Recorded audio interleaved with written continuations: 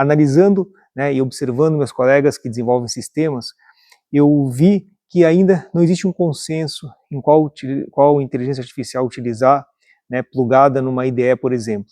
E aí você tem uma variedade de formas de se trabalhar com IA.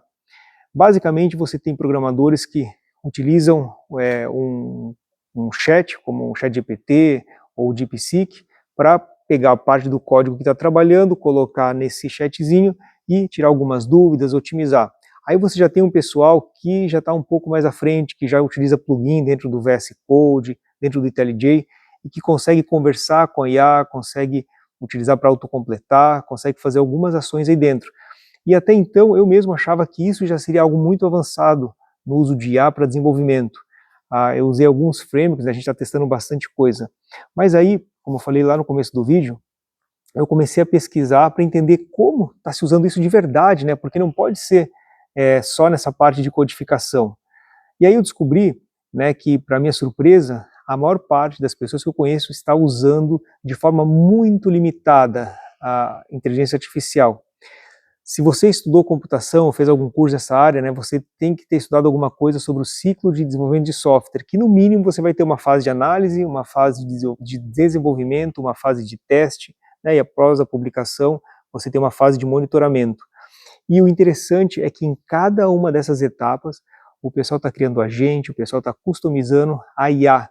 Então, vamos começar lá pelo começo, a fase de coleta de requisitos, a fase de entendimento do problema. Para isso, né, está se usando agente, exato, você está se usando agente ao qual, por exemplo, se já é um produto maduro, se a gente é treinado com a documentação do sistema, né, com o contexto de atuação, com o público-alvo, enfim, é colocado uma série de informações às pessoas que utilizam o sistema, para que esse agente possa ajudar o PO, enfim, o analista de sistemas, a especificar melhor os requisitos. Então, toda essa parte de especificação, quando você colocar uma nova feature, por exemplo, às vezes você pede para fazer uma alteração num pedaço do sistema e isso impacta em diferentes outros lugares. E aí, quando você tem um agente que já conhece o teu sistema, já conhece a documentação dele, né, ele consegue te ajudar nesse sentido e te trazer reflexões de lugares onde a tua feature pode impactar. Para além disso, você também tem agentes que te ajudam a elaborar melhor os critérios de aceite, né? Agente que a partir do critério de aceite consegue te estruturar os casos de teste, e aí, enfim, dentro dessa parte de análise de requisito, é utilizado muito IA. Quando você avança para o desenvolvimento, né, você tem, por exemplo, a parte dos chats que são colocados como plugins, por exemplo, o Copilot, né, dentro do Visual Studio. E aí, pessoal, o que as empresas maiores estão fazendo é treinar agentes com os frameworks gráficos, por exemplo. Então, imagina um design system, né? Quando você vai criar um painelzinho, uma listagem, o agente já entende como isso deve ser feito com base no design system, ou com base, inclusive, no teu próprio sistema, e aí ele consegue te ajudar a criar interfaces muito mais rápidas e coerentes com a forma como deve ser feita, como a equipe de desenvolvimento de UX definiu. E isso aí facilita muito, né? Porque ele para um pouco aquela alucinação. Você também tem dentro desse processo de desenvolvimento agentes especializados em testes, né? E aí, só nessa parte aí, inclusive você tem no processo de CI/CD, né? Eu ouvi falar num caso de um agente especializado que quando você faz o commit do teu código-fonte, né, ele linkado logicamente com a descrição, com a história de usuário, ele consegue baixar. Então vamos fazer uma ilustração aqui como se você estivesse usando o Gira, né? Então ele consegue ir no Gira, pegar a especificação que foi criada, consegue ir no teu Git, verificar o código que foi modificado e com base nisso te dizer se realmente foram implementados, né, os casos de testes, se estão cobertos de acordo com cada critério de aceite, né, se você esqueceu alguma coisa na hora da implementação. Então isso vai além de usar um SonarQube, por exemplo.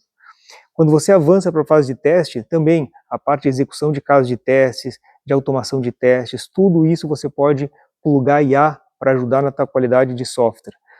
A parte também de monitoramento, né, o entendimento das queries, como estão rodando, todo esse processo de testagem, você pode usar muito IA para isso. Então, veja, a gente não está falando, né, de usar IA só na codificação, porque é isso que eu tenho visto, o pessoal usando só para codificar, mas esquecem de todo outro potencial que a IA tem, né, tanto na validação de requisitos, na parte de garantir que o código está tendo uma cobertura bacana, né, então a parte de uma coisa super chata, né, que todo desenvolvedor acaba tentando não fazer, é a parte de testes automatizados. Hoje, né, a IA consegue fazer uma cobertura muito bacana, considerando inclusive casos de borda, né, que você esquece de pensar. Então, toda a parte que a gente fala de desenvolvimento de software de forma estruturada vai ser modificado, tá? Vão ser criados novos agentes especializados no desenvolvimento de sistemas. Então, o que eu vejo, né, é que dentro do VS Code você vai começar a plugar vários agentes especializados. Então não é pegar, hoje a gente tem, pessoal, uma IA meio que generalista, né? Então você pega uma IA geral e ela aprende um pouquinho com a tua base de código, você vai usando isso aí. Mas o que eu prevejo, né, e o que eu tenho visto lá fora com as pesquisas que eu estou fazendo, é que você mesmo vai começar a criar IAs para te ajudar no desenvolvimento. IAs, como eu disse, especializadas no teu banco de dados, IAs que foram treinadas com o teu framework de desenvolvimento gráfico, né, a parte visual lá, e framework que pega o teu design system e implemente isso. Então existe uma grande perspectiva. Quando a gente vai para produto, né, a melhoria de produto em si, aí é quase a mesma coisa. Então, por exemplo, as coisas que o teu usuário faz, que tomam tempo dele, é aí que você vai começar a criar IAs especializadas para reduzir determinadas tarefas, para ajudar na classificação. E aí, justamente nesse ponto, eu acho que isso vai pegar bastante. Por quê?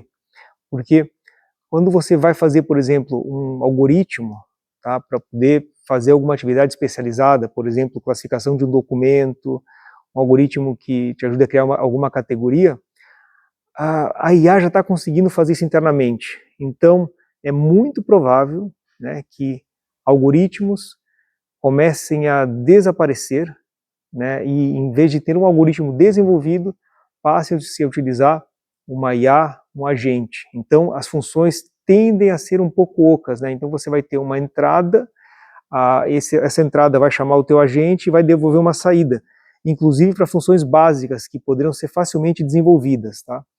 Uma coisa a se observar é o custo, né? Então você vai ter um custo sim para utilizar esses modelos pagos, né? Por outro lado, você também pode instalar modelos próprios, como o Llama, você pode instalar na tua infra, tá? Então, resumindo, né, o que eu disse nesse vídeo, o ciclo de desenvolvimento de software, se você não lembra, pode ir na literatura e buscar, você pode colocar em cada etapa IAs para te acelerar, para te trazer mais qualidade. Dentro desse processo de desenvolvimento de software, vai existir uma aceleração, tanto em velocidade de desenvolvimento quanto em qualidade. Você vai começar a ver as próprias empresas, os próprios devs criando agentes especializados, ok? Para resolver tarefas do dia a dia de desenvolvimento, e você vai ver modelos inteiros sendo treinados com frameworks corporativos, né? Com frameworks, com modelos de design system, para que o agente também saiba como responder. Então acho que isso é um pouco do que eu tenho acompanhado nessa semana, do que eu tenho pesquisado, né? Eu quero já começar a botar na prática algumas dessas ideias e espero que esse vídeo tenha te ajudado, que tenha te ajudado a refletir um pouco e trazer ideias de como você utiliza melhor IA no seu dia a dia. Um grande abraço aí, até o próximo vídeo.